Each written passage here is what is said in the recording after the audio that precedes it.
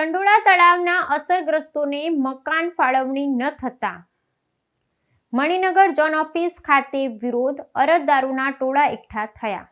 અમદાવાદ શહેરના ચંડોળા તળાવ વિસ્તારમાંથી ગેરકાયદે બાંધકામો દૂર કરાયા બાદ વિસ્થાપિત થયેલા નાગરિકોને મકાન ફાળવવાના મુદ્દે મણિનગર દક્ષિણ ઝોન કચેરી ખાતે મોટી સંખ્યામાં અરજદારો એકઠા થયા હતા અને તેમણે તંત્ર સામે વિરોધ નોંધાવ્યો હતો। અમદાવાદ મહાનગરપાલિકા દ્વારા તળાવની સરકારી જમીન ખુલ્લી કરવા માટે મોટા પાયે દબાણ હટાવવાની કામગીરી કરવામાં આવી હતી।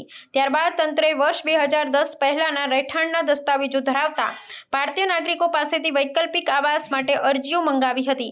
જોકે લાંબા સમયથી અરજીઓનો યોગ્ય નિકાલ ન આવતા અને મકાન ફાળવણીની પ્રક્રિયામાં વિલંબ થતા અસરગ્રસ્તોમાં ભારે અસંતોષ ફેલાયો છે। આજના રોજ આ અરજદારોએ પોતાના ઘરની માંગણી સાથે ઝોન કચેરીએ એકઠા થયા હતા અને તેમણે મહાનગરપાલિકાના વહીવટ વિરુદ્ધ નારાજગી વ્યક્ત કરી હતી। અરજદારોનું કહેવું છે કે સરકારી સૂચના મુજબ દસ્તાવેજો રજૂ કરવા છતાં તેમને રહેઠાણ વિના જીવન જીવવું પડી રહ્યું છે, જે વહીવટી તંત્રની બેદરકારી દર્શાવે છે।